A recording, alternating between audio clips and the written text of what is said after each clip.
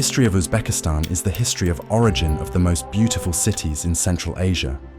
It is the history of individuals and great nations. The landscapes of the country, its impressive architectural monuments, and the kindness, friendliness, and hospitality of its multi-ethnic residents evoke reflections on nature, life, death, and divinity. The names of the cities of Uzbekistan alone evoke mystery, romance, magic. Tashkent, Khiva, Bukhara, and Samarkand evoke shiny minarets, the sound of the muezzin calling out prayers at sunset, swarthy carpet sellers.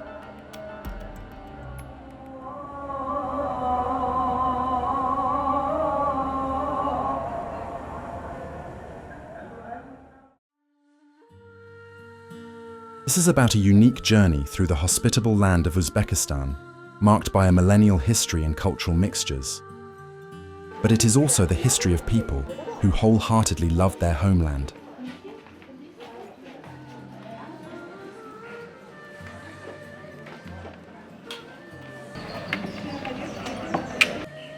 Culture of Uzbekistan is one of the brightest and original cultures of East. For centuries, centers and schools of folk art crafts have been formed. Decorative and applied art of Uzbekistan is an original and exclusive work of folk craftsmen, artisans, who transfer their skills from generation to generation.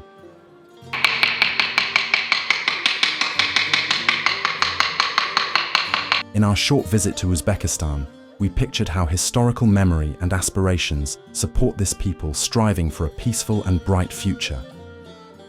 Inspired by the humor bird, the mythical bird of legends and fables in the Persian literature, which lived its entire life flying invisibly high above the earth, never alighting on the ground, Uzbeks drive their faith towards freedom, peace, and happiness.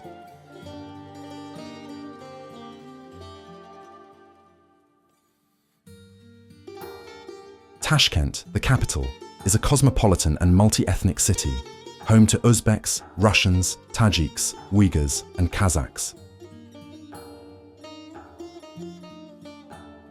In 2009, UNESCO celebrated the 2200th anniversary of Tashkent as a huge cultural and historical center, creating a modern symbol of friendship and peace.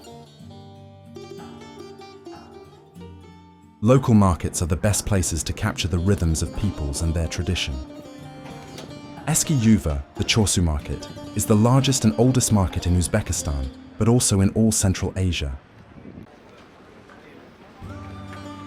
Its name, Chorsu, derives from the Tajik meaning crossroads, referring to the intersection of the Great Silk Road caravan routes, where, in ancient times, local farmers, nomads, and touring merchants exchanged their goods.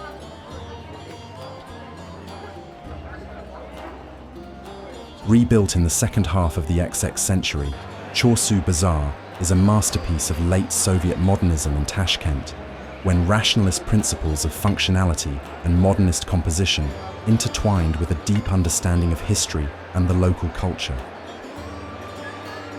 In the middle of Chorsu Bazaar is the central dome. Outside of the dome, people still trade in the open air, on the ground, or use improvised structures such as tables or wood benches to form covered stalls or open-air stands from motor vehicles, temporary booths, or other bases.